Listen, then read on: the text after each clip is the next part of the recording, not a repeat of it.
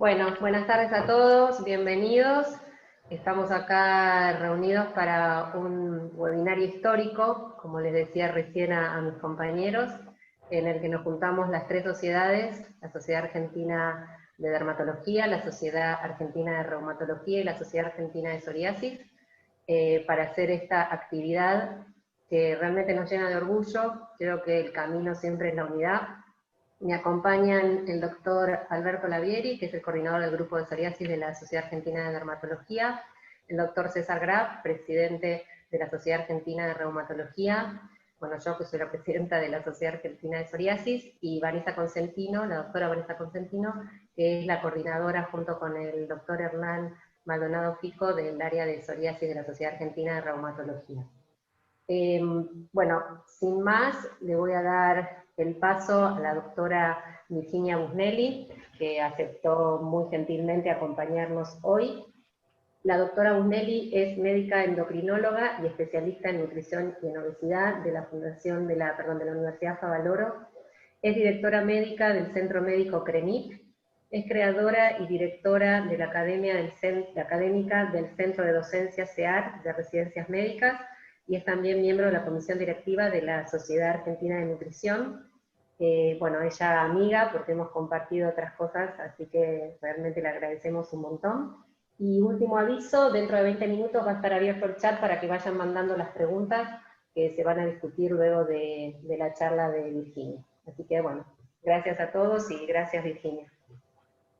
Bueno, mil gracias, Cris, por la presentación. Gracias a todos los de las tres sociedades por invitarme, por estar acá. Estoy chocha, les contaba recién a todos entre telones, que en realidad, si bien la charla es específicamente hablar de nutrición, vamos a enfocarnos un poco más en cuál es la enfermedad nutricional más prevalente y más relacionada con la enfermedad psoriásica, que tiene que ver con la obesidad. Entonces, si bien nosotros, bueno, ya tuvimos la suerte de que Cris me presente, así que vamos a poder seguir. Voy a declarar mis conflictos de interés porque soy speaker de Novo Nordisk y soy speaker de los laboratorios RAFO. Bueno, esto es algo que todos ustedes saben, cómo se clasifica, pero para repasarlo, porque ustedes no están del todo empapados, el índice de masa corporal o la interpretación que se hace según la Organización Mundial del índice de masa corporal es algo que tiene que ver más bien para estudiar poblaciones, es decir, que no es tanto para el diagnóstico individual de un paciente, porque muchas veces, como el índice de masa corporal tiene en cuenta la corpulencia, pero no puede distinguir entre lo que es masa grasa y masa muscular, si uno está específicamente haciendo una medición del índice de masa corporal en un deportista, no es lo mismo que en una persona que tiene una corpulencia por masa grasa. En aquellas personas en las que se denota semiológicamente que el paciente tiene exceso de masa corporal, uno puede sacar este índice, que hasta 25 será normal, entre 25 y 30 es sobrepeso y a partir de 30 es obesidad. ¿Por qué recalco tanto el tema de qué es obesidad? Porque pareciera que todos los médicos decimos, bueno, mira, tenés el problemita de que estás con un poquitito, unos kilitos de más, tenés que ir al médico, tenés que hacer dieta, es decir, son muy pocos los pacientes, los médicos que miden al paciente, que pesan al paciente y que le diagnostican cuál es su situación de corpulencia. Claro está que a medida que un paciente va aumentando su índice de masa corporal y va aumentando la corpulencia, pareciera que si ustedes ven una imagen, lo que va cambiando es únicamente el peso.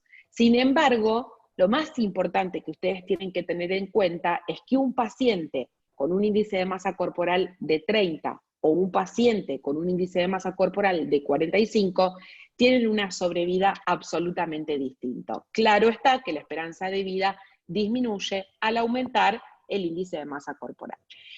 La prevalencia global de obesidad y diabetes es impresionante. crecen las cifras a pasos agigantados. Pareciera como que todo está tendiente a controlar la diabetes, como que es algo que preocupa. Todos los médicos miden la glucemia, miden la insulina, piden la curva de tolerancia a la glucosa, ¿no? Esto es algo que hasta ustedes por ahí prestan mucha atención. Sin embargo, la mamá de la diabetes es la obesidad, y muy pocos de los médicos pesan a un paciente y le hacen el diagnóstico. El 50% de los obesos de toda Europa, en un estudio que se hizo por encuesta, por supuesto, se sabe que el 50% no tienen diagnóstico de obesidad. ¿Esto qué quiere decir? Que van al traumatólogo y el traumatólogo les dice, no, yo así no te puedo hacer el reemplazo de la cadera, necesito que vos hagas dieta. Cuando bajes de peso, volvé. A muchos de ustedes les puede pasar también que en el consultorio, en vez de sentar al paciente y explicarle, mirá, tenés una obesidad de grado 1, grado 2, grado 3, también relacionan todo con el descenso de peso. Y la obesidad es una enfermedad mucho más compleja que, por ser tratada únicamente como un condicionante que se relaciona con el peso, aumenta a pasos agigantados sucesivamente año tras año. Estas son las encuestas nacionales de factores de riesgo de la República Argentina. Las últimas que tenemos son del 2018, piensen que esto es prepandemia, y el 61% de la población tiene exceso de peso. Exceso de peso incluye sobrepeso más obesidad. Esto quiere decir que 6 de cada 10 personas en la República Argentina tienen tejido adiposo funcionante en exceso. Y fíjense cómo va evolucionando desde el 2013 al 2018, del 2005 aumentaron un 74% las cifras. Imagínense lo que va a pasar con esto post pandemia, ¿no? Como para que nos imaginemos que la obesidad es algo que no estamos pudiendo parar. Pero, ¿cuál es la importancia principal por la cual cuando me dijeron nutrición y psoriasis dije, vamos a hablar de obesidad? Porque la obesidad no es una enfermedad que tiene que ver únicamente con el que el paciente come mucho y se mueve poco. Claro está que en un inicio puede ser, pero cuando un paciente tiene obesidad, eso ya es una enfermedad crónica. Ustedes le preguntan a los pacientes, ¿cuándo empezaste con este problema de que empezaste a aumentar de peso? Y no te dicen, hace 15 días, no es una enfermedad aguda. Fue cuando cumplí los 15, en el último embarazo, cuando empecé la menopausia. Siempre los pacientes tienen cronicidad, llevan muchísimos años. ¿Y por qué se enfermaron? ¿Por qué llegaron a tener una obesidad? Porque se suman un montón de causas, no únicamente porque el paciente es comilón o es glotón. Piensa en la estigmatización que hay, que ya la glotonería es un pecado capital. Entonces, desde siempre la obesidad fue culpa del paciente, porque el paciente es un comilón, y si cerrase la boca, no sería obeso. Esto es un error, porque esta es una enfermedad que afecta neurológicamente, inmunológicamente, metabólicamente, socialmente, psicoemocional al paciente. ¿Y cuál es la condición fisiopatológica? La inflamación. ¿Y por qué se produce esto? Porque el tejido adiposo tiene función endocrina. El tejido adiposo es un órgano endocrino, no solo endocrino, sino que tiene regulación autocrina y parácrina. Todo esto es lo que explica el nexo con el resto de las comorbilidades asociadas. Entonces, nosotros creeríamos que la respuesta para tratar a un paciente obeso es, mira, tenés que comer menos, vas a hacer tal dieta, y ahí empezamos, que sacan las harinas, todos con distintos tipos de dietas, y los pacientes empiezan a hacer ejercicios, se envuelven en papel film, se ponen 3 o 4 buzos, salen a hacer ejercicio físico pensando que esa es la forma. Sin embargo, ni siquiera de esta manera los pacientes logran bajar de peso. ¿Por qué se produce? Se produce claramente porque hay una alteración entre la ingesta y el gasto, y esto genera un balance positivo de energía, pero hay muchos otros factores como por ejemplo la genética del paciente, no solo la genética, sino también la epigenética, es decir, la modificación ambiental de los genes, los medicamentos, las enfermedades asociadas. Por ejemplo, la psoriasis es una enfermedad que predispone a la obesidad. Hay mayor posibilidad en un paciente con psoriasis de tener obesidad, así como un paciente con obesidad tener psoriasis. El hipotiroidismo, la enfermedad de Cushing. Hay muchísimas enfermedades que pueden generar la base fisiopatológica inicial para que un paciente empiece a aumentar de peso. A eso, por supuesto, se suman los factores ambientales, los factores familiares, lo que tiene que ver con el hedonismo, con el placer, porque nosotros no comemos únicamente porque necesitamos energía, comemos por placer, comemos por emoción, comemos por un montón de situaciones. Pero además, tenemos a los ejes tan importantes, reguladores del funcionamiento energético, como el eje intestino-cerebro o el eje páncreas-cerebro, que son reguladores endocrinos o exócrinos que van a ir a mandar información al núcleo 4 del hipotálamo, y en el hipotálamo se va a responder con hambre o con saciedad.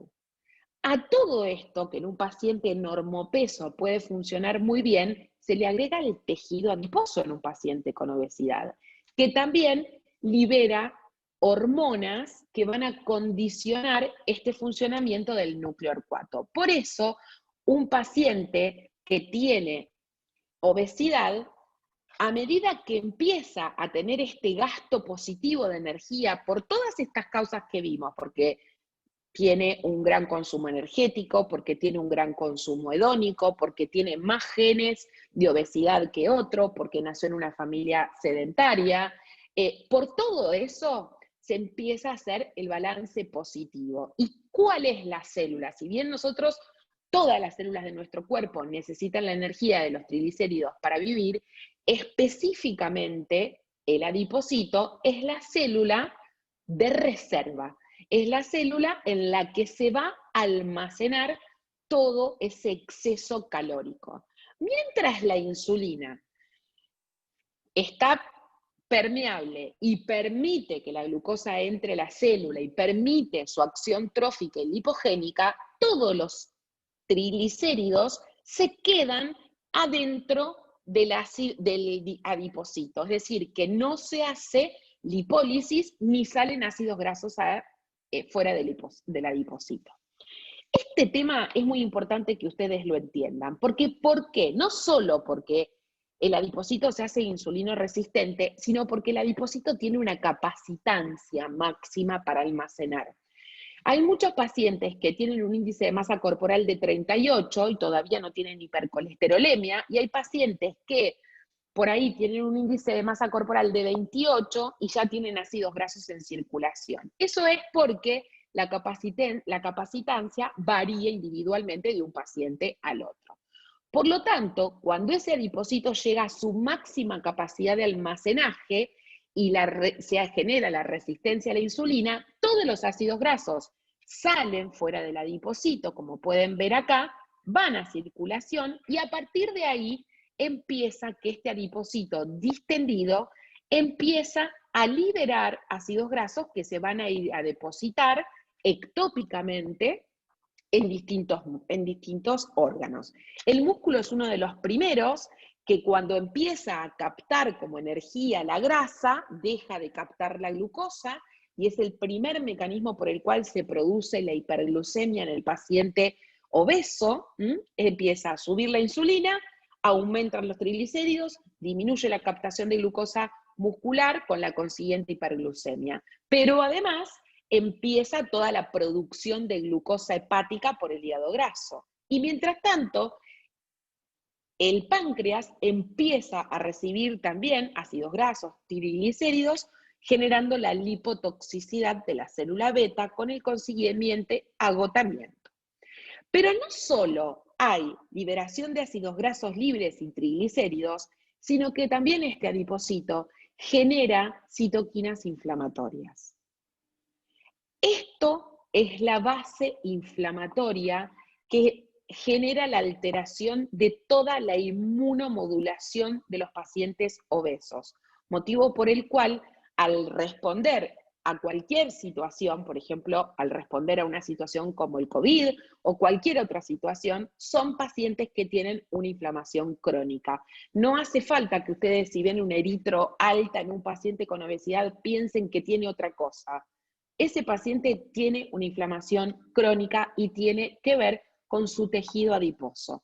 Tienen que reconocer que el rol central en la obesidad fisiopatológica la cumple el tejido adiposo, generando acciones autocrinas, paracrinas y endocrinas. Esto es muy importante. Todo esto genera que se asocie a las múltiples comorbilidades que existen en la obesidad, que ustedes las conocen, me imagino, las más comunes, las no tan comunes, pero pueden saber que en los últimos años hay muchos estudios que generan una asociación bidireccional con una base común, patogénica, genética y epidemiológica, donde la psoriasis predispone a la obesidad y la obesidad predispone a la psoriasis. ¿Cuál es el mecanismo común entre ambas patologías? La inflamación crónica de bajo grado. Entonces, un paciente que tiene obesidad va a tener más incidencia, va a tener más aparición de psoriasis, pero va a tener también un peor comportamiento de la enfermedad y lo más importante, que hay muchos estudios que les puedo compartir si quieren, es la falta de respuesta al tratamiento ante muchísimas distintas alternativas que ustedes tienen para la psoriasis. Por lo tanto, un paciente que logre el descenso de peso no solo va a favorecer toda la posibilidad de tener una enfermedad metabólica, sino que además va a mejorar la evolución de la psoriasis. La recomendación es descender de peso, pero ustedes tienen que entender que bajo ningún punto de vista pueden decirle a un paciente que para bajar de peso tienen que ir a hacer dieta. ¿Por qué? Porque si somos médicos, tenemos que conocer el mecanismo de acción de este tejido adiposo, y ustedes saben que hace muchos años empezamos con el tema de prohibir, ¿no? La papa está prohibida, las harinas están prohibidas, esto no lo como porque engorda más. Entonces tenemos los prohibidos y los permitidos. Todo lo que tiene que ver con la prohibición desde el punto de vista conductual de la alimentación, a largo plazo genera pérdida de control. No solo desde el punto de vista conductual, porque la restricción es absolutamente insustentable y finalmente van a terminar yendo a una comunión, a un bautismo y no van a poder concluir y seguir con ese plan restrictivo, sino porque ahora van a ver cómo el tejido adiposo sensa esta sensación de dietar y empieza a generar una recuperación del peso. No solo por algo que se llama síndrome de yo-yo, sino por muchas situaciones homeostáticas de recuperación de la masa grasa. Entonces, empezamos con todas las alternativas que tienen los pacientes y muchas que generan los médicos. Arrancamos con la dieta de la luna, la dieta del repollo, la dieta cetogénica. Ojo que la dieta cetogénica tiene algunas indicaciones médicas, sobre todo en pediatría, en la epilepsia refractaria. Yo estoy hablando específicamente de estas dietas en relación a la obesidad. ¿Por qué la dieta keto, la dieta baja sin harinas, la dieta gluten free, la del metabolismo acelerado, Herbalife, las pastillas, los homeopáticos, los parches, la aguja en la oreja? Nada de eso hasta ahora sirvió, ¿sí? Llegamos hasta la actualidad donde claramente todas las medidas que lograron que los pacientes dejen de comer por fuerza de voluntad solo generan condiciones de generar más alteraciones en la conducta, porque hay más pacientes con bulimia, más pacientes con anorexia, más pacientes con síndrome por atracón, pero encima estamos mucho más gordos. Es decir que Evidentemente, cuando un paciente dice, ¿y qué hago, doctor, para mejorar mi índice de masa corporal y que mejore mi psoriasis? Y le dice, ¿dejo las harinas? ¿Empiezo a hacer la keto? ¿Empiezo con la vianda de las 600 calorías y a comer solo proteínas? ¿Empiezo con el ayuno intermitente? Todas estas alternativas podrán tener beneficios para la autofagia, el envejecimiento, el cáncer, lo que ustedes quieran. Para la obesidad, bajo ningún punto de vista la respuesta puede ser tan simple cuando la enfermedad es tan compleja y el abordaje del paciente obeso también lo es. ¿Por qué es complejo? Porque cuando nosotros comemos por tres cosas. Comemos porque tenemos un sistema homeostático energético, que es el que censa la cantidad de energía que entra a nuestro intestino y va a decir, Virginia estuvo toda la noche en ayunos, se despertó, anda al arcuato, estimula el hambre y hacela comer porque necesitamos glucosa. Eso es el sistema homeostático energético. También tenemos el sistema hedónico de recompensa, que es todo el mecanismo neuronal guiado por neurotransmisores que nosotros nos pasa que sentimos un olor y nos acordamos de la cocina de la abuela, o llueve y pensamos en la polenta o en la torta frita, o estamos angustiados y pensamos en el chocolate, porque comemos por emociones, porque comemos por estrés. Todo esto, además, está inmerso en un sistema social y ambiental específico, que genera que también nosotros modifiquemos nuestro índice de masa corporal de acuerdo a las personas que nos rodean y al ambiente en el que nos movemos. ¿Cuál es la diferencia entre la regulación homeostática y hedónica? La regulación homeostática son cuando una persona come, entran los nutrientes a la célula del tejido del tubo intestinal, el digestivo, estómago, intestino delgado, intestino grueso, y esa célula enterointestinal es una célula enteroendocrina que va a liberar hormonas que van a ir a actuar al cerebro, que se llaman incretinas, junto con hormonas de otros órganos, como por ejemplo las del páncreas. Esas van a depender de la represión o la depresión calórica y van a ir a informar, no tiene energía, hacela comer, tiene mucha energía, hacela frenar. Eso es comer por hambre homeostático. En cambio, comer por hambre hedónico es comer por placer. Es todo lo que a nosotros nos calma y tiene que ver con el sistema límbico, con el sistema mesolímbico. Hay dos componentes principales. Uno que tiene que ver con todo lo que son los opioides y otro que tiene que ver con todo lo que es la dopamina. Son dos componentes distintos. Uno es cuando yo paso por un lugar, siento un olor y digo, qué olorcito, tal cosa, y se me viene a la cabeza tal alimentación. Ese hambre es un hambre específico, no es hambre a tomatito cherry, albahaca y queso por salud light. No, cuando te agarra el craving, que es esta situación de que se te viene a la cabeza la media luna de manteca, es carbograsa. Pero más allá de que todos los opioides permiten esto, necesitamos que esto reaccione y que la dopamina genere el wanting, que es la parte de ir a decir, bueno, lo agarro, hago el acto motor y me lo como, ¿sí? Esta es la diferencia de comer por hambre y falta de energía a comer por necesidad o por placer. Todo esto que ustedes ven acá, miren la complejidad y miren los 2 minutos. Yo no me voy a detener mucho en esto, pero estas son todas las señales hormonales que influencian en el apetito. Presten atención a esto. Acá en el cerebro, en el hipotálamo, tenemos un núcleo que está recontra bien localizado, que permite que entren y salgan un montón de cosas, que es muy permeable porque no tiene barrera hematoencefálica y es como si fuese la caja negra del avión. Entonces, este núcleo arcuato recibe de los órganos periféricos hormonas que se van a ir a procesar en este núcleo y que van a ir o a estimular una neurona de segundo orden anorexígena que va a generar saciedad y aumento del gasto. Por lo tanto, si yo estimulo estas neuronas POMP y CART, este paciente va a adelgazar.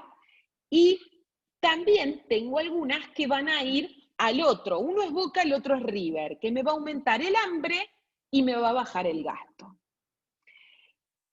Todas estas hormonas que ustedes ven acá son las que están implicadas en la obesidad y son las que están implicadas en el tratamiento de la obesidad. Por ejemplo, el GLP-1, que es esta hormona que ustedes están viendo acá, es una incretina que libera el intestino, las células L del intestino, también en el cerebro, pero principalmente el intestino, que es una de las principales incretinas saciógenas. Hoy estamos tratando a los pacientes con obesidad con un análogo de GLP-1. ¿Esto qué quiere decir? Que va a ir a actuar específicamente en estas neuronas, en las POMP y CART, para favorecer saciedad, para disminuir toda la regulación que existe asociada del órgano adiposo que está trabajando. Entonces, ¿qué pasa específicamente cuando yo me voy ahí, a la neurona POMP? Esto es muy complicado para ustedes, pero para que vean, esta es la neurona POMP, que lo que va a hacer es liberar dos proteínas, muchas más, porque es un neuropéptido que se divide en muchas cosas, pero una es la bolsita verde con la cruz, que es la alfa-melanocito estimulante, que esa va a ir a actuar en el receptor 4 de la melanocortina, en la neurona de segundo orden, y si la alfa-melanocito se une al receptor 4, se estimula a la neurona que va a generar saciedad y va a generar catabolismo. Por lo tanto, si el alfa-melanocito viene acá y se unió, quédate tranquilo que estás adelgazando. Pero miren qué paradójico que esta POMP se divide no solo en alfa-melanocito estimulante, sino también en beta-endorfina, y la beta-endorfina, que es la que genera esa sensación de que se me viene la comida a la media luna, porque es el opioide, genera un feedback negativo sobre la misma POMP, generando la imposibilidad de que este péptido que genera saciedad actúe. O sea que por un lado genera saciedad y por el otro lado se inhibe y genera todo lo contrario. Con todo esto, ¿qué les quiero decir? Que si ustedes le van a decir a un paciente que tiene que bajar de peso por fuerza de voluntad, y ustedes conocen toda esta cantidad de neuronas, que son poquitas las que yo les puse, no les estoy mostrando las del tracto solitario, ni muchísimas otras neuronas nuevas, y muchísimos neurotransmisores, ¿cómo pueden considerar que un paciente puede controlar toda esta situación neuroinmunoendocrina de la obesidad únicamente con fuerza de voluntad? Esto es lo que tenemos que aprender desde nosotros, desde los médicos. ¿Puede, queridos colegas, una dieta que es insostenible en el tiempo, o que no la podés hacer más de 2 semanas, 3 semanas, un mes? Muchos de ustedes lo han hecho. ¿Puede ser el tratamiento de una enfermedad crónica con semejante base fisiopatológica y genética? No. Esto es algo que tiene que quedar absolutamente claro. ¿Por qué? Porque mientras de un lado el paciente, que es el celestito, se pone a tirar de la cuerda, baja las calorías, aumenta la actividad física, del otro lado el tejido adiposo les gana. Se producen hormonas que generan más hambre, se bajan las hormonas que generan saciedad y se disminuye el gasto energético. Por lo tanto, ¿qué les quiero decir todo esto? No sé cuántos médicos somos en este momento, pero más de 100 seguro. La obesidad no es una actitud del paciente, no es una falta de voluntad, no es una condición y no es culpa del paciente que la padece.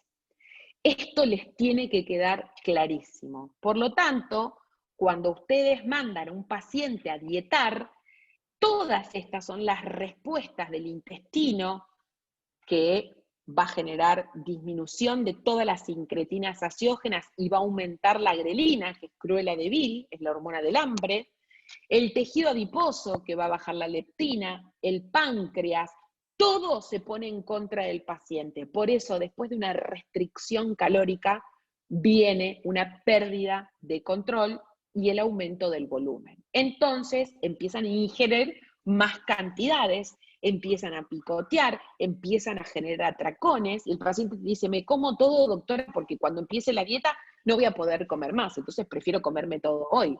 Yo tengo un paciente que vino al consultorio y me dijo, como sabía que hoy venía acá, ayer fui a Kansas y me comí 2 platos de ribs. Claro, el tratamiento de un paciente con obesidad es que nunca más en su vida pueda comer algo rico.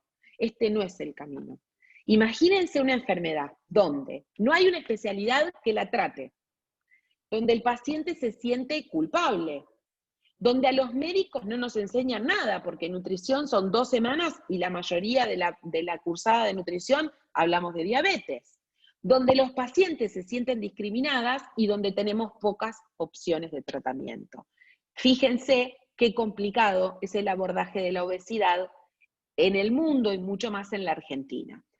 ¿Qué podemos hacer con un paciente con obesidad? Desde intervenciones conductuales en todos los pacientes, tratamiento quirúrgico en los que tienen un índice de masa corporal un poquito más elevado, y en el medio tenemos la opción de la farmacoterapia, drogas que son eficaces y seguras. Todas las guías que tenemos en el momento recomiendan, acuérdense de esto, que los pacientes que tienen un índice de masa corporal mayor a 27, con al menos una comorbilidad, insulinoresistencia, hipertensión arterial, una sola dislipemia, tienen indicación de tratamiento farmacológico.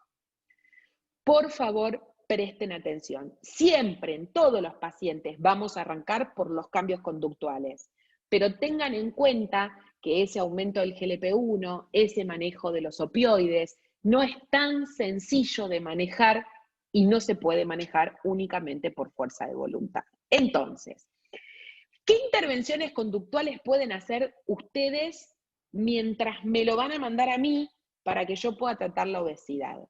Hacer un plan alimentario antiinflamatorio. Esto es importantísimo para los pacientes con psoriasis. Indicarles ejercicio físico posible y progresivo, porque es muy importante que no manden a un paciente con obesidad a hacer algo que no van a poder cumplir. Y también el psicoacompañamiento. Ni hablar que el paciente con psoriasis lo necesita, pero si tiene exceso de peso, mucho más. Esta es la pirámide antiinflamatoria. Yo les voy a dejar este slide para que todos ustedes lo tengan y también después les voy a compartir para que todos tengan en el consultorio un plan alimentario antiinflamatorio para que ustedes puedan guiar a los pacientes. De cualquier manera, recuerden que siempre lo mejor es derivarlos a un licenciado en nutrición, que son los que hacen bien los planes alimentarios. Pero les quiero hablar de algunas cosas que son esenciales porque me quedan pocos minutos. ¿Cuáles son las cosas fundamentales a la hora de hablar de un plan o de una alimentación antiinflamatoria? La primera es que tiene que ser rica en antioxidantes para disminuir los radicales libres. Por lo tanto, tiene que tener mucha fruta y verdura.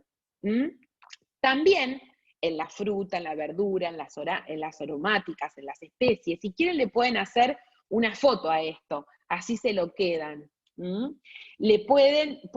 Se tienen que acordar que no solo antioxidantes, que pueden recomendarles consumir, por ejemplo, resveratrol, coenzima Q10, sino que también tienen que comer alimentos con propiedades antiinflamatorias como los fitoquímicos y los polifenoles que están en las frutas y las verduras, ¿sí? Que todo lo que tiene color.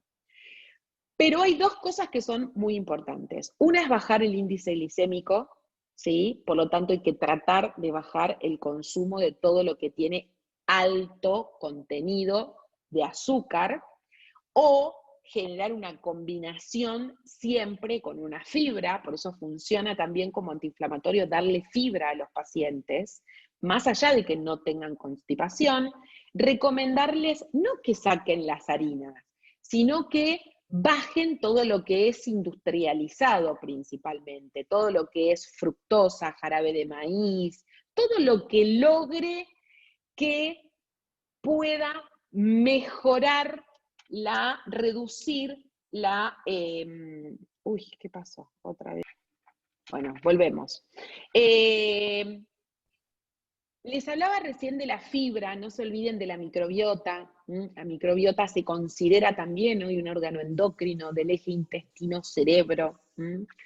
Y lo más importante es que tienen que disminuir el radio omega 6, omega 3. Es decir, tienen que bajar el omega 6, que es el que está en las margarinas, en los embutidos, en esa grasa que está entre la fibra muscular de los animales, y tienen que aumentar todo lo que son los omega 3, aumentando los pescados de lomo ancho, consumiendo semillas, frutos secos, palta, todos los aceites vegetales en crudo, o recomendarles suplementos de omega 3.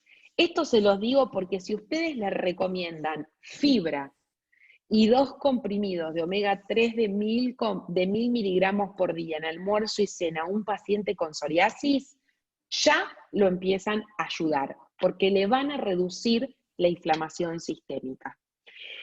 ¿Cuál es la farmacoterapia disponible? Lo voy a pasar muy rápido, pero para que vean que en Argentina contamos con 3 opciones. Contamos con Orlistat, contamos con liraglutide, que es lo que yo les dije hace un ratito, que era el análogo del GLP-1, y contamos también con una combinación nueva que tenemos hace muy poco tiempo, que se llama naltrexona bupropion. Estos son los 3 fármacos aprobados en Argentina para el uso crónico en obesidad. No son las drogas que se unían anorexígenas a la hormona tiroidea, al diurético, al clonazepam, para bajar de peso de una manera anorexígena en el paciente. Estas son drogas de uso crónico para una enfermedad crónica. Y acá viene el cambio del paradigma. Si ustedes pueden tratar a un paciente para la hipertensión y el tratamiento es para siempre, y le van a seguir dando el medicamento aún así cuando las cifras tensionales se normalicen, ¿por qué no se puede darle medicación a un paciente con obesidad? Si es una enfermedad crónica como la diabetes, ¿por qué la insulina o el hipoglucemiante está visto? ¿Por qué tenemos tantas moléculas para tratar la hipertensión, para tratar la dislipemia, para tratar la insulinoresistencia, y no podemos tratar la base de todo esto que es la obesidad? Entonces, ¿por qué tenemos que pensar que el fármaco se lo vamos a sacar cuando el paciente recupere el peso normal? Si tiene una enfermedad crónica y nosotros no le sacamos al paciente hipertenso la droga cuando llega a la presión normal. Esto es algo que tienen que tener muy en cuenta para entender que hay distintas posibilidades de fármaco. El Orlistat es algo que está hace muchísimo tiempo en Argentina, que lo que hace es disminuir la absorción de los triglicéridos de la dieta y por lo tanto genera que se elimine grasa por materia fecal. Liraglutide es una inyección que se titula, que ustedes la pueden empezar a usar en todos los pacientes que tienen índice de masa corporal mayor a 27 con un factor de riesgo. Esta medicación inyectable es un análogo del GLP-1. ¿Se acuerdan lo que les conté hoy? Que la neurona del GLP-1 estimulaba la saciedad, que había neuronas POMP y CART que estimulaban la saciedad, que era boca, y las otras estimulaban las ganas de comer. Bueno, liraglutide estimula a las POMP y estimula a la neurona GABAérgica que va a inhibir a la que te da hambre. Por lo tanto, es una hormona una incretina exógena que genera aumento de la saciedad, disminución del hambre y más catabolismo. ¿Qué tiene de bueno? ¿Y por qué tenemos que usar este análogo teniendo un GLP-1 endógeno? El GLP-1 endógeno es un GLP-1 que se degrada rápidamente por la DPP4. Entonces, en 1 o 2 segundos no tenemos más función. En cambio, este liraglutide tiene una vida media de 12 horas, por eso los pacientes pueden inyectarse una vez por día. La tercera alternativa terapéutica es Naltreva. Naltreva es una combinación entre naltrexona y bupropión. Miren qué maravilloso. ¿Se acuerdan que la POMP se dividía en alfa-melanocito estimulante y en beta-endorfina? Y que la beta-endorfina iba a anular por un feedback negativo la POMP. Bueno, la naltrexona va y se une a ese receptor para que la beta-endorfina no pueda ir a generar esa inhibición. Y a su vez, estimula a la neurona POMP. Por lo tanto, genera estimulación de la saciedad y por el otro lado, inhibe la posibilidad del feedback negativo. Estas son dos drogas que se usan muy comúnmente, el bupropión para cesación tabáquica y también como antidepresivo, y la naltrexona se utiliza para el tratamiento del cese del alcoholismo. Son dos drogas seguras que combinadas están funcionando muy bien. Esto que ven acá son la diferencia entre hacer dieta, usar un fármaco, hacer una manga o un bypass en relación al porcentaje de peso que una persona reduce, y eso hace que a más índice de masa corporal se indique la cirugía, que a menos índice se indique lo conductual y que en el medio se indiquen los fármacos. Entonces, ¿qué les puedo decir como resumen?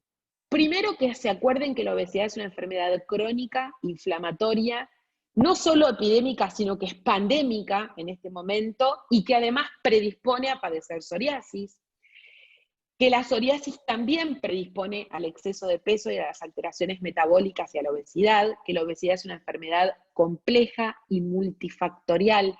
No se olviden esta frase, en la que dietar no basta, que mejorar la calidad alimentaria mediante una dieta antiinflamatoria y reducir el peso suele mejorar la evolución de la psoriasis, mejorar la respuesta al tratamiento y disminuir las complicaciones de la enfermedad, y que el tratamiento de la obesidad debe ser personalizado e integral, teniendo en cuenta la condición de enfermedad crónica. ¿Y qué espero, qué sueño para el futuro? Primero, que la obesidad sea reconocida en Argentina como una enfermedad, porque en el resto del mundo está reconocida por las grandes sociedades y en Argentina no. Espero que la obesidad deje de ser una causa de estigmatización, donde los médicos le digamos al paciente cerrá la boca, porque eso significa que no conocemos la fase fisiopatológica de la enfermedad. Espero que aumenten el número de profesionales que se capaciten en las distintas áreas, como ustedes, desde reumato, desde dermato. Espero el compromiso de la industria alimentaria, que tiene una deuda muy grande con esta epidemia o esta pandemia. Espero los avances de la industria farmacéutica. Espero políticas públicas que controlen a esta pandemia. Espero que exista el fin de la comercialización por tantos productos o soluciones mágicas que estafan a los pacientes y que generan que les den penalidad a quien lo realiza, sobre todo a los que hablan sin saber. Y lo que espero, porque toda esta medicación es muy cara, es que todas las personas con obesidad en nuestro país tengan el alcance al tratamiento médico. Muchas gracias a todos. Bueno, excelente, Virginia, no esperábamos otra cosa. La verdad que una genia. Ahí llegan felicitaciones y agradecimientos. Me tomo un minuto, ya te dijo Vanessa que no lo presenté al doctor Ariel Shetman, que nos acompaña. Ariel es el presidente de la Sociedad Argentina de Dermatología. Gracias, Ariel, por estar y por también ayudarnos a armar este encuentro de todas las sociedades. Bueno, Virginia, me sumo a las felicitaciones porque fue una excelente charla, brillante, está lleno el chat de felicitaciones.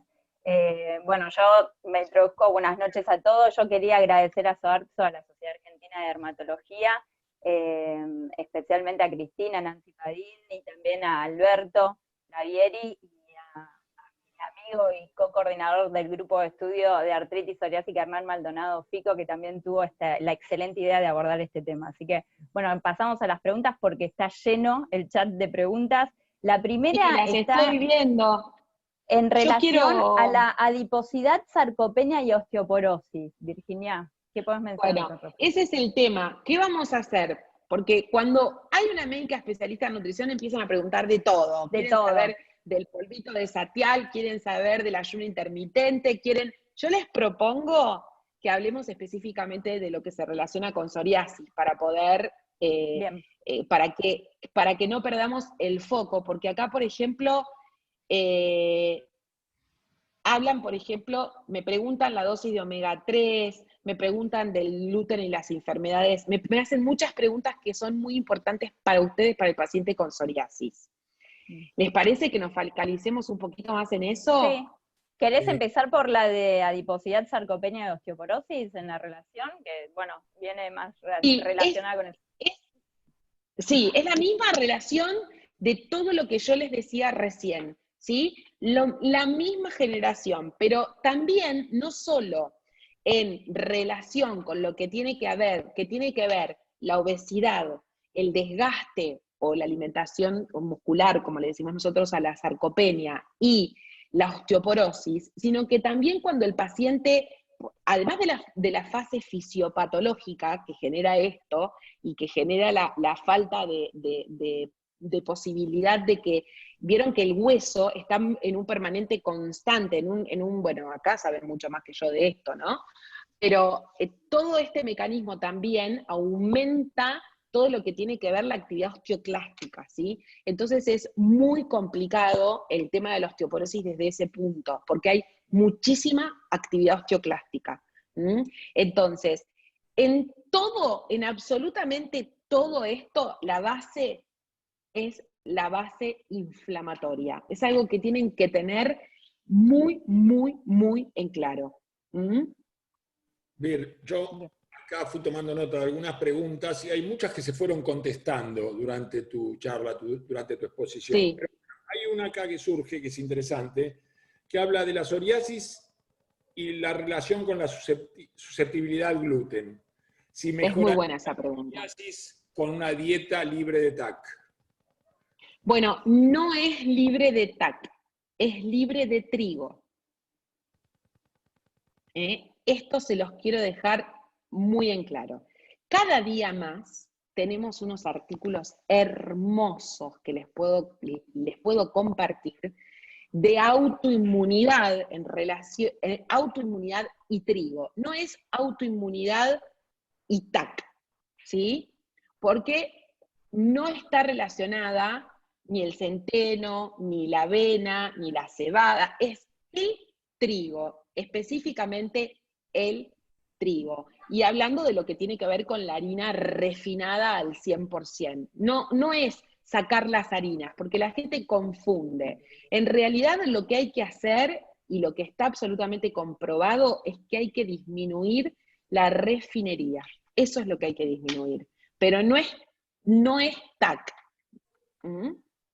Porque la avena, por ejemplo, es algo muy bueno para los pacientes que tienen enfermedades como la psoriasis, pero claro que no se olviden que es muy importante que tanto los cereales como las semillas y todo eso, las legumbres, les hagan todo el proceso de activación, que dejen las legumbres en remojo, que procesen las semillas, las tuesten o las activen, porque si no todo eso tiene muchos filatos, oxalatos, que actúan como antinutrientes. Entonces, lo que tienen que tener en cuenta es que es mucho más importante hacer bajar a un paciente de peso que sacarle el trigo. Porque ninguna restricción alimentaria a largo plazo que no sea autoelegida, como el paciente que elige ser vegano, vegetariano o lo que fuere, que todo tiene que ser absolutamente respetado, por supuesto, porque son elecciones individuales, si ustedes les van a recomendar a un paciente que saque el trigo de la dieta para mejorar la psoriasis, no lo va a poder hacer. El paciente va a terminar comiendo el doble. Lo que ustedes le tienen que decir es que lo disminuya en relación al resto. O lo que le pueden decir también es que cada vez que consuman trigo o harinas, lo combinen con fibras, con vegetales, porque eso genera que disminuya el índice glicémico y también los ayuda desde ese punto de vista. Bien, otra pregunta en relación a la dieta también interesante es, en pacientes con psoriasis o artritis psoriásica, pero sin obesidad, ¿cuáles serían tus recomendaciones con respecto a la dieta? Todo lo que les dije de lo antiinflamatorio. Lo más importante es reducir la pirámide y reducir el omega 6, el omega 3. Para esto, chicos, les digo también, somos todos médicos acá. Lograr que un paciente llegue solo por incorporación de alimentos a lograr el omega 3 necesario para lograr la transformación de EPA en eicosanoico, en DHA, es imposible, porque tienen que comer una cantidad de pescado, activar las semillas de chía, hacer todo un proceso que es muy complicado. Por eso es mejor que le den un suplemento de omega 3, que son de venta libre, aceite de pescado, por ahí vi que está la pregunta también, 1000 miligramos 2 veces por día, almuerzo y cena. Perfecto. Ojo con esto, hay algunos que no están tan buenos, hay otros que sí están buenos. Traten de hacerlos consumir no los omega 3 de Mercado Libre, sino que consuman los de laboratorio, ¿sí? No quiero dar marca, pero que consuman los de laboratorios. Te cuento, Vir, que hace muchos años aparece un estudio en psoriasis, allá por el año, calculo que será 80 y pico, principio de los 90, donde se decía que los esquimales, por su dieta, no tenían psoriasis. Y que se debía... Claro, porque tiene más grasa parda. Y eso, bueno, después se olvidó, pero se hablaba mucho de estas cosas que estás diciendo hoy. Vos sabés, Alberto, que en realidad nosotros tenemos la única manera de lograr reducir totalmente el tejido adiposo o transformarlo, porque nosotros tenemos grasa blanca y grasa parda. Los únicos dos mecanismos que hay para transformar la grasa blanca en grasa parda, que eso sería otra charla hermosa para que les dé, igual que la de sarcopenia, que también es divina, a mí me dan ganas de seguir hablando, son dos cosas, Alberto, el frío y el ejercicio físico. Por eso también hay que recomendarles que siempre tengan la temperatura ambiente baja en la casa, que no suban mucho la calefacción, y en esto es la explicación de los esquimales, que el frío disminuye la masa grasa y por supuesto baja la inflamación. Sí, absolutamente. Hay otra pregunta también muy interesante que en un momento mencionaste con respecto a la fibra, y es ¿cuáles serían los alimentos que alteran la microbiota intestinal, ¿no? Que deberían evitarse, ya que, bueno, sabemos que por la fisiopatología tanto de la artritis psoriásica como la psoriasis está muy implicada? Bien, son muchísimos los que alteran la microbiota, ¿no? Muchísimo, muchísimo. Principalmente todo lo que es graso. Por eso todo lo que tiene que ver con los alimentos industrializados son uno de los principales factores que hay que recomendarle al paciente que disminuya, ¿sí? Todo lo que es procesado, todo lo que es de bollería industrial. Esto es una de las cosas más importantes. Y después también el consumo del alcohol.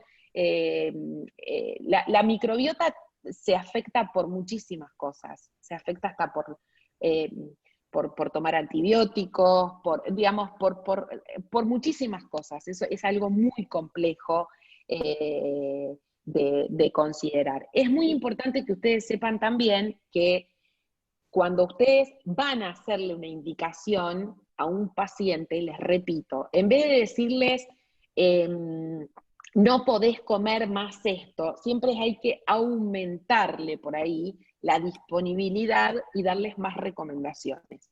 Mirá, tu flora bacteriana es importante, ¿Y tenés que recomendarías consumir algún alimentos con suplemento probióticos. con respecto a eso? Claro. Mira, yo ¿qué siempre suplemento? arranco por lo natural, pero ¿sabes qué pasa, Vane? Acá hay un tema muy importante que es la situación económica del paciente. Porque, por ejemplo, ahora tenemos yogures espectaculares con probióticos, sin embargo, hay muchos hablando de la fase, o sea, de los lácteos y la inflamación.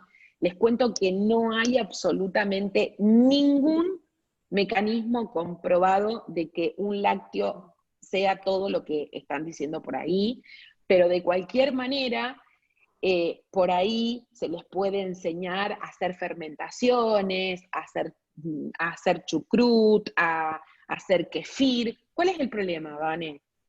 Que el paciente no llega nunca a lo mismo que la suplementación con un probiótico. Bien, claro. Es decir, vos podés enseñarle un montón de cosas, pero es difícil. Por ahí un vegetariano sí te llega porque está permanentemente intentando eso, procesando, generando la fermentación, haciendo yogur griego, o sea, porque está interesado, pero por ahí en la indicación en el paciente con psoriasis se puede, siempre es importante mandarlos al licenciado en nutrición, pero también podés recomendar probióticos. Virginia, ahí preguntan con el tema del ayuno intermitente. ¿Qué opinas del ayuno intermitente? Bueno, a ver, ¿qué opino del ayuno intermitente? Les cuento, justo el año pasado, no en las jornadas de obesidad de este año, sino que en las del año pasado, en las jornadas de obesidad que organiza la Sociedad Argentina de Nutrición, nosotros hacemos juicios. No sé si ustedes hacen juicios en los congresos, pero los juicios son, uno presenta toda la evidencia a favor y otro en contra. A mí me tocó pelear en el juicio con el doctor Lisandro García, que es el ex presidente de la Sociedad Argentina de Nutrición, y yo tenía que hablar a favor del ayuno intermitente y él en contra, por supuesto que me ganó. Les voy a contar, ¿hay evidencia científica de que el ayuno mejora? Primero, hay distintos tipos de ayuno. Una cosa es los ayunos religiosos de 12 horas, porque hay muchos estudios que están hechos con el Ramadán y demás. Otra cosa es ayunar 2 días, otra cosa es ayunar 4 días, otra cosa es la intermitencia, ayuno 16,8. Hay muchos tipos de ayuno distintos. Yendo a la evidencia científica, los estudios que hay tienen muy poca prospectividad. Es decir, no tienen más de 3, 6, 9 meses de seguimiento. Por lo tanto, es muy difícil saber lo que va a pasar con esos pacientes a largo plazo. Generan en un comienzo mejoría de todos los factores metabólicos, por supuesto, porque hay restricción calórica. Y siempre que haya restricción calórica, el paciente baja de peso. Y siempre que el paciente baje de peso, mejoran los parámetros metabólicos. ¿Cuál es el problema? ¿Cuánto tiempo baja de peso un paciente? ¿Cuánto tiempo puede hacer un ayuno intermitente? El problema es todo lo que pasa en respuesta neuroendocrina a esa restricción, lo que puede pasar a largo plazo. Y el otro problema que tienen los estudios es que tienen un N muy bajo. Es con un muy poquitito cantidad de pacientes. Con esto, ¿qué quiero decirles? Es que la evidencia científica hoy en día es insuficiente para recomendar el ayuno intermitente como una práctica beneficiosa para las enfermedades metabólicas. Que eso no quiere decir que el día de mañana no pueda aparecer mucha evidencia que diga lo contrario. Hoy es insuficiente. Lo que sí les puedo decir como besóloga que soy, que algo que el paciente no puede seguir haciendo en Navidad, en Año Nuevo, en el crucero, en el all inclusive, en la pandemia, no puede ser el tratamiento de la obesidad. Eso se los puedo asegurar. O sea que una cosa es hablar del ayuno intermitente y la autofagia, otra cosa es hablar del ayuno intermitente y el cáncer, otra cosa es hablar del ayuno intermitente y la obesidad. ¿Sí? En relación a la obesidad y en relación a enfermedades crónicas como la psoriasis, imposible. Mejor enseñarles la alta disponibilidad de los alimentos antiinflamatorios, lo que les decía, las frutas, las verduras, disminuir los productos industrializados, disminuir el trigo, aumentar los cereales, las legumbres, las harinas integrales, la fruta, las verduras, disminuir el consumo de alcohol, y ni hablar, estimular el uso de pescado, que ya les dije que lo mejor es darles un suplemento. Bien, con respecto a la medicación, ¿no? Sí. A partir de un índice de masa corporal de 27, ¿vos recomendás ya medicarlos con Orlistat o, bueno, o con lo que fuera? No, yo no, son las guías mundiales. Bueno, sí, obvio, son las guías mundiales. Con respecto a eso, son las guías las mundiales preguntan que en el chat. Sí. Coinciden, Vane, las guías de todo el mundo, sí, de la asociación. Y con respecto a esto, ¿no? Preguntan, ¿cuánto tiempo se lo dejas? ¿Es de por vida, como una enfermedad crónica? Bueno, la pregunta tiene que ser basada en lo que dieron los estudios prospectivos de cada droga, ¿sí? Porque los score, los scale son los estudios que los invito a leer del liraglutide. Sendos es el estudio que aprobó el Orlistat, que es de 1997, y los core son los estudios de naltrexona bupropion. Específicamente en naltrexona bupropion, los estudios son hasta 2 años, por ahora. Pero ambas drogas por separado se vienen usando crónicamente sin ningún problema. Liraglutide, específicamente, nosotros lo usamos también para tratamiento de la diabetes, y en diabetes está permitido como uso crónico. Y el Orlistat también está permitido como uso crónico, solo que después del año de un paciente con Orlistat hay que suplementarle todo lo que son las vitaminas liposolubles porque se eliminan por grasa. Entonces, la conclusión es, depende de cada paciente, son 3 fármacos seguros de uso crónico. Soy una convencida de que no se le puede sacar los fármacos a los pacientes. Me encantaría mostrarles los estudios, pero los invito a leer una persona muy grosa en obesidad, que es el doctor Waden. Él hace estudios prospectivos comparando la evolución en el peso, pero en 4 años, chicos, en 4 años de seguimiento, son lo suficientemente prospectivos y compara distintas intervenciones. La dieta, con la dieta más la farmacología previa a la cirugía bariátrica. ¿Y saben una cosa? Todo logra distinto porcentaje de reducción del peso corporal, pero llega a un momento en el que ninguna intervención logra más la reducción del peso. Y el paciente empieza, aún con el fármaco, a mantener un peso sostenido. Entonces, por ahora,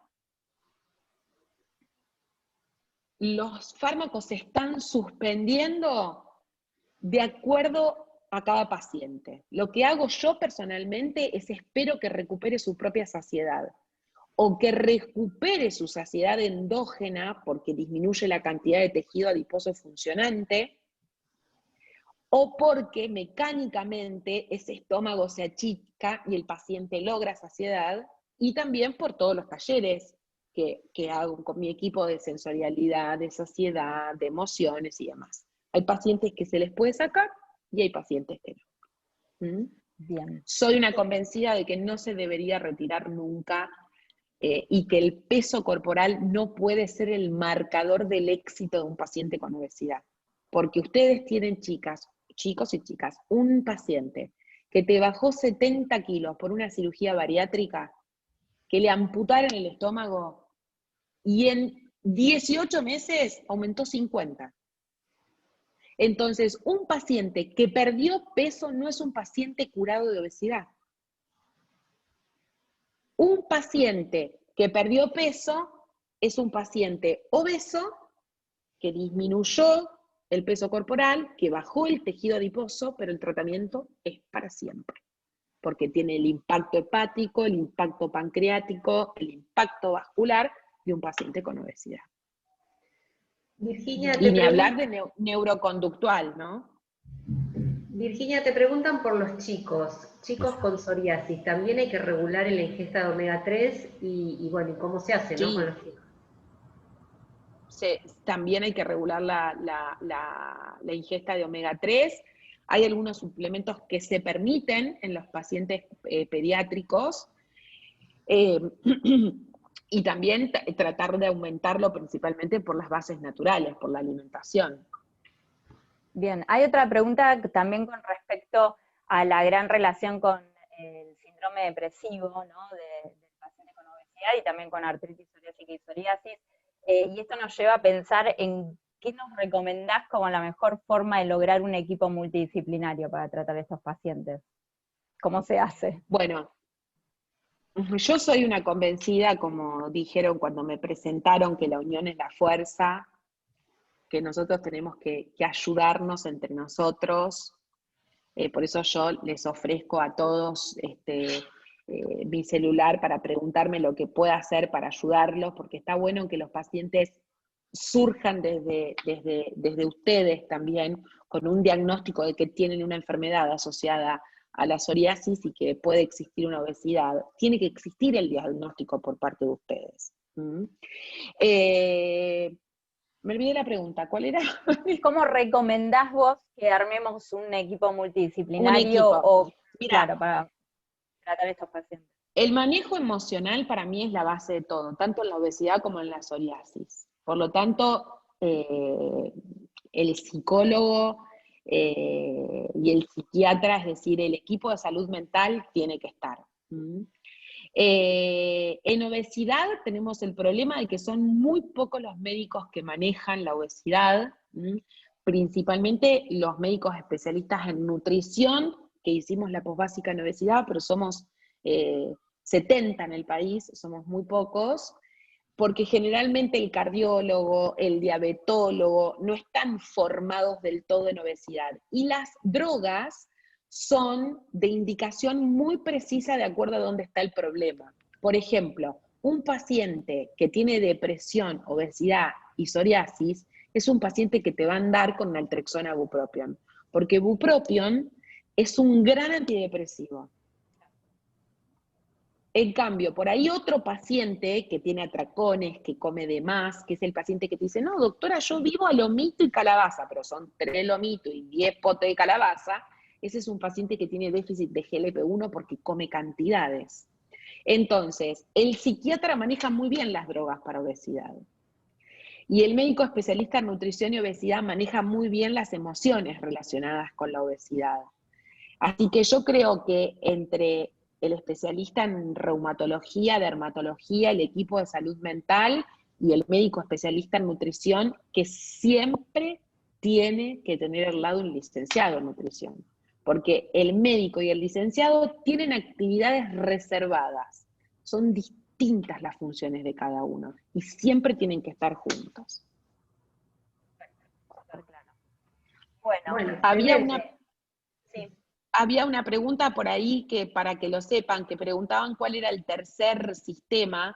Uno es el homeostático energético, otro no es endocrino de recompensa, es hedónico de placer con H, hedónico de recompensa, y el tercero es el sistema de las emociones y el estrés.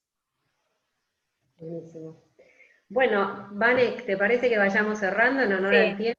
Sí, la verdad que respondiste casi todas las preguntas, fue súper clara, brillante tu presentación, así que muchísimas gracias, Virginia. Muchísimas gracias a todos por estar conectados en esta noche, y a SOARPSO y a la Sociedad. Les dejo a todos, Vane, si puedo, mi mail, para que si tienen dudas me puedan contactar. Decime y lo anoto en el chat. Sí, Virginia Busnelli, es re original, @hotmail.com. Si no, me puede, también por Instagram, que es @virbusnelli. Sí. Cualquier duda, si ustedes quieren medicar a un paciente, me quieren contar cuál es el perfil conductual, yo los puedo ayudar para que ustedes puedan elegir o a quién mandárselo de acuerdo a la obra social que tiene el paciente. Y por favor, no culpen más a los pacientes que tienen exceso de peso porque sufren mucho, mucho, mucho, y no manden nunca más a nadie a hacer restricciones alimentarias, ni hablar a los más chiquitos y a los adolescentes. Y ustedes tampoco, ¿eh? Basta de dietar, que cada vez hay más dieta y estamos más gordos. Gracias a todos por invitarme, ha sido un placer enorme estar esta noche con ustedes.